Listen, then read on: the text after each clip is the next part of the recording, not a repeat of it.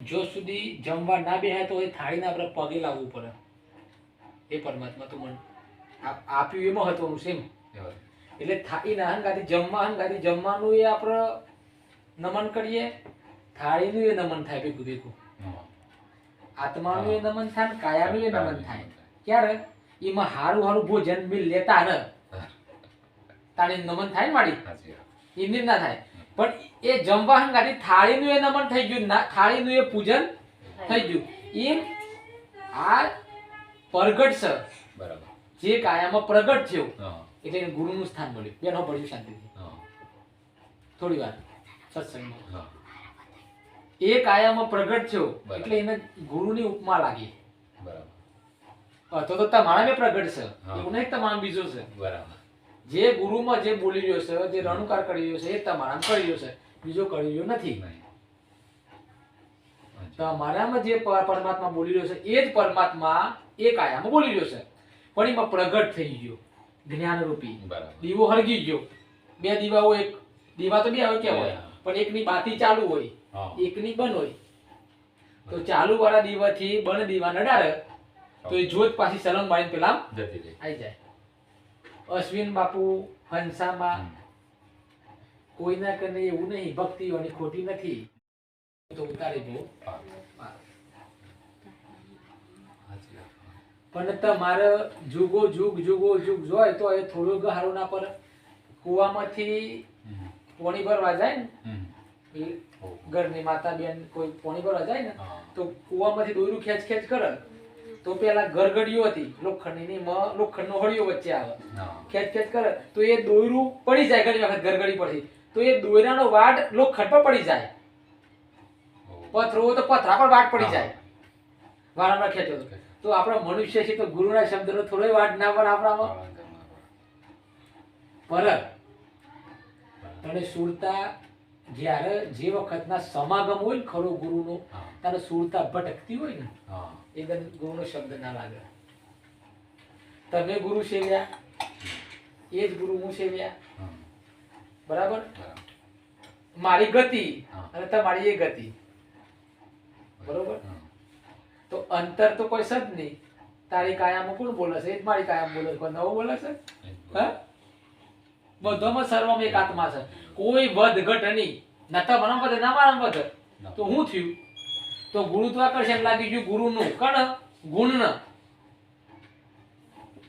કાયામાં ગુણ કેટલા? 3. કયા બેન? રજો સતો ને તમો. યાદ રાખજો. ગુરુ કરે છે ને તમે તો સમય ઘણો લાગી ગયો ને બેટા. હવે શાંતિથી. તો શરીરમાં ગુણ કેટલા? કયા? રજો સતો ને તમો. આ ગુણથી કાયા ચાલે. બરાબર.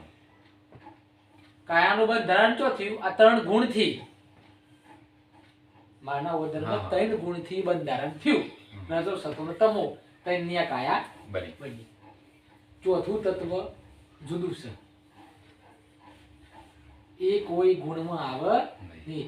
નિર્ગુણ કીધું એને, ગુણની અવસ્થા કીધું. પણ આપણો ગુણ કયો પેલો પ્રધાન્ય થઈ ગયો છે કે ગુરુનો શબ્દ લાગતો નથી ચિત્તમાં.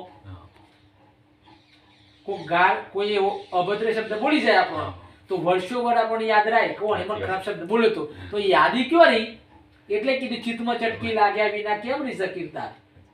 ઈયરની ભમણી બને તો નરને કેટલી વાર. મળેલો ઢોળનો સોબડો તબલો પર ચડાવો તો કલાકાર બી હા તો તબલું સર આવે. હા, થોડીથી સેટ કરે તો મળેલો ઢોળનો ચોપડો સેટમાં થઈ જાય તો આપણે તો જીવતા છીએ. તો આ ગુરુ ટપલોમાં તો આ નરગુણ પેક ના થાય?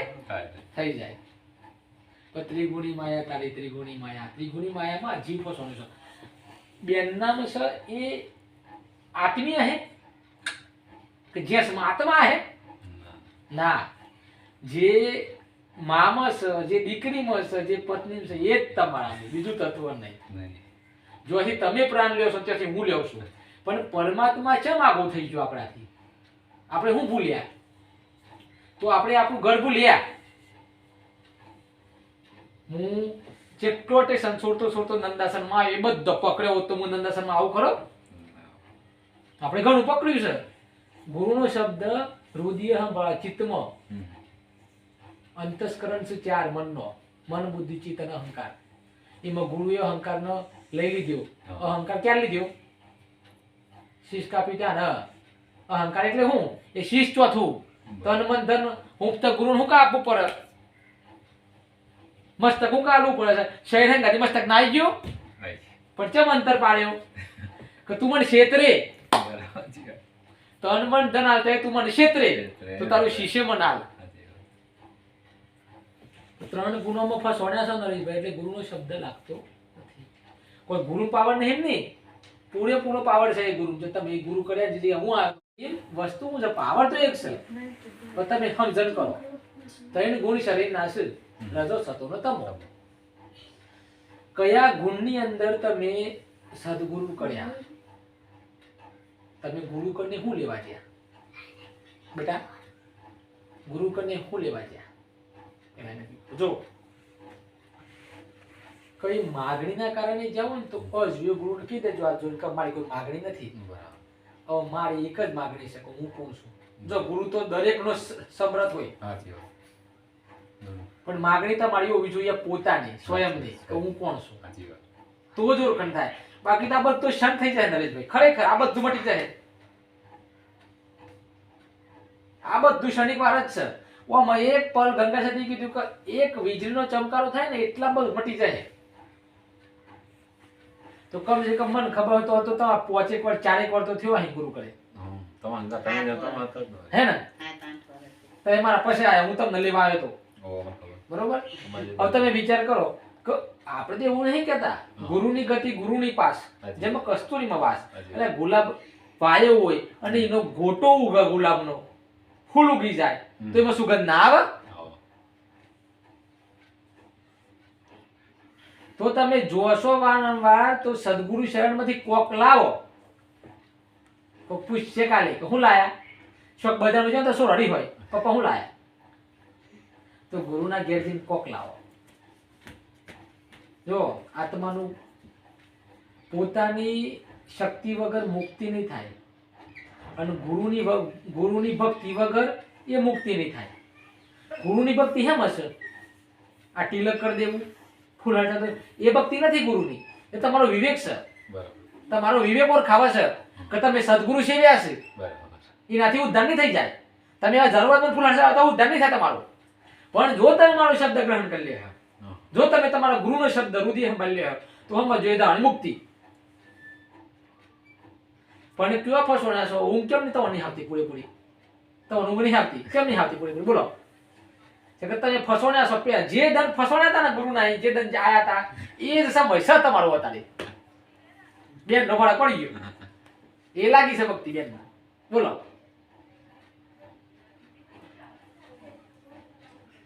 તો 3 ગુણમ તમને સમજો કયો ગુણ કયો કામ કરે છે. જુઓ, ગુરુના શરણે જવાનું થાય ને એટલે સત્વ ગુણ તમારો પ્રધાન હોવો જોઈએ. સત્વ ગુણ નિખાલસ. લગ્ન થતું હોય, પોતાના હારા લગ્ન થતું, બેન ના ભાઈ લગ્ન થતું હોય તો તમને કેટલો આનંદ હોય? એ મન આનંદ હોય. એ મારો મિત્ર હોય, બેન નો ભાઈ છે મારો મિત્ર હોય, તમારો હારો હોય, બે કંકુ તેલા તમારો જેટલો ઉમંગ હોય એટલો મને ઉમંગ હોય ખરો? ના હોય. એમ એ જે ઉમંગ લેતો હતો એ ઉમંગ લઈને ગુરુ વહાણશો, મરી જવા બસ. બાપુ હવે છે કે ઓળખાણ કરવી એટલે ઘર ને છોડી દેવાનું. ગુરુની ઓળખાણ કરવી, તમારી ઓળખાણ કરવી એટલે ઘર છોડવાનું નહીં બાર બચ્ચું છોડવાનો. રહીને ભક્તિ હોય, રહી અને આ ભક્તિ એવી કરીએ કે બધાનો સમાવેશ થઈ જાય. એક રોટલી બનાવી હોય અને લોટ ના હોય તો એક રોટલા 4 ટોકા 4 માણસ એક બટકું ખાઈ લે સંતોષ થઈ જવો છે. બસ કહો આપણે આવી ગયું. એમ ગુરુ દ્વારે છે. ગુરુનું જ્ઞાન ખૂટે નહીં. ગુરુ જે આલવા બે છે ને પરોક્ષ, એ કોઈ દિન ખૂટે એવું નથી. પણ તમે ક્યાં પહોંચ્યા છો? ધ્યાન રાખો ગુરુના શબ્દ પર. સદગુરુ મહારાજ જ્યાં સત્સંગ કરતા હો ત્યાં ધ્યાન રાખો. વારંવાર તો તમારા ઘરની વાત કરે છે, ચો જવું ક્યાં જવાનું છે, કાયા પડી ચો જાય. આ જીવો છો સારું, કુદરત ગુરુ મહારાજ તમારો ભાવ બેવાનું સારું છે એવું નહીં. પહોંચો તો હું તમને કહું છું તમારા ગુરુ મહારાજની ભક્તિ સાચી છે. તમે જે ગુરુ શીખ્યા છે એની ભક્તિ જેવી તેવી નહીં, પણ કહેવાનો મતલબ એવો છે કે કોક લાવો, મજૂરી જઈએ તો તત ઘેર ન પૂછે લાવો હું લાયા.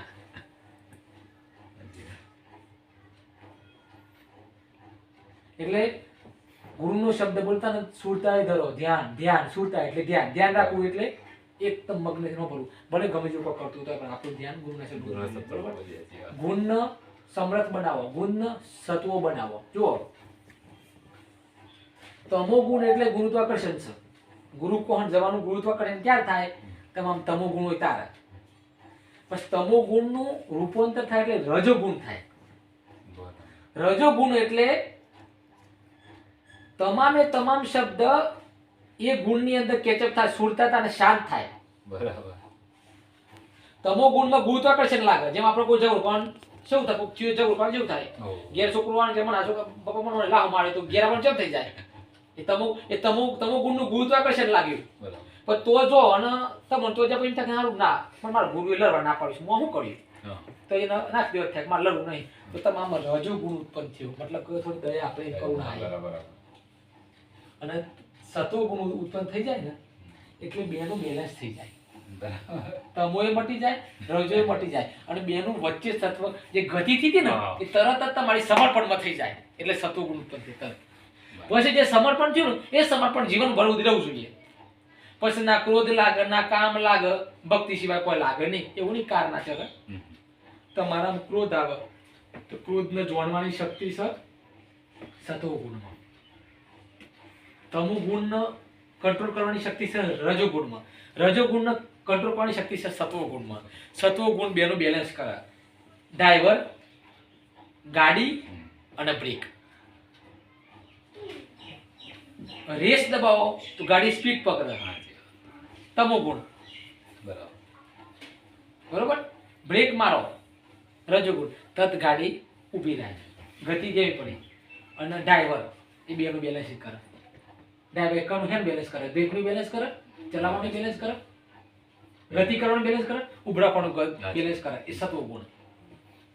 તમારો ગુરુ સત્વ ગુણ છે. એ તમારી આ જીવન રૂપી નાવ ચલાવી રહ્યું છે. તમે બે હાસો પણ તો એ પણ એમાં તમારું ધ્યાન રાખશો તો કાલે જે જગ્યાએ જવાનું છે ને તે જગ્યાએ ગુરુ ના નિશાન આવે. આ છોકરો દીકરીઓ છે આજે તો મારા કરીને છે તો તમે એવું રાખશો હોય આમ ઈવન કદી ખબર નહીં પડે જિંદગીની કમે ક્યાં જીવીએ છીએ, પણ એ જેમ આગળ છોડી પર ઘેર જવાનો છે ને અને પછી જે તો વીતવાનું છે એ તો સ્વયંની ભૂમિકા છે એની. તમે નહીં હોય એ ગુરુ એવું છે, તમે ગુરુના ઘરમાં તો તમે કોણ ખબર નહીં પડે, પણ જેના દન એક ડાળ દો પંછી બેઠ્યા કોણ ગુરુ કોણ ચેલા ના ગુરુ ના ચેલા એ નાદન તમે કણા સહાય એ નાદન તમારું સહારો ગુરુ એ તમારી ભક્તિ તમારા સદગુરુના જે તમે સમર્પણ કર્યું એ અને તમારી સ્વયંની ભક્તિ ક્યારે પોતાને જોણી લ્યો તાને. બાકી પોતાને જોણ્યા વગર કોઈ ભક્તિ લાગે એવી નથી. અને જગત તો કોઈ એવો ગુરુ નથી કે તમને એકદમ થી કહી દે કોઈ 2000 હું તને મુક્ત કરાવી દો. કોઈ મુક્ત ના કરાવે. દરેક ગુરુ ચાહે હું હોય મારા ચાહે મોણસ આપતા હોય ચાહે ગમે જેવા અધિકારી પુરુષ હોય એ નાઈ મોણસ જાય છોરાઈ ના શકે, માત્ર એને રસ્તો બતાવે કે બેટા આ રસ્તો ચાલશે. આ નંદાસન માટે 3-4 જગ્યા પૂછવું પડી મારે કે ભાઈ નંદાસન જાઉં નંદાસન એ બધો હું ગુરુ કર્યા તાના આટલા આવ્યો. ધ્યાન રાખો ગુરુના શબ્દમાં જવાનું છે પણ બેની ભક્તિ જો તમે અહીંયા મળ્યો છો ને તો મળ્યા એ નર મળશે પૂર્વ જન્મની પ્રીત. મેં તમને કીધું ન જો હું તમારી એક ના આવી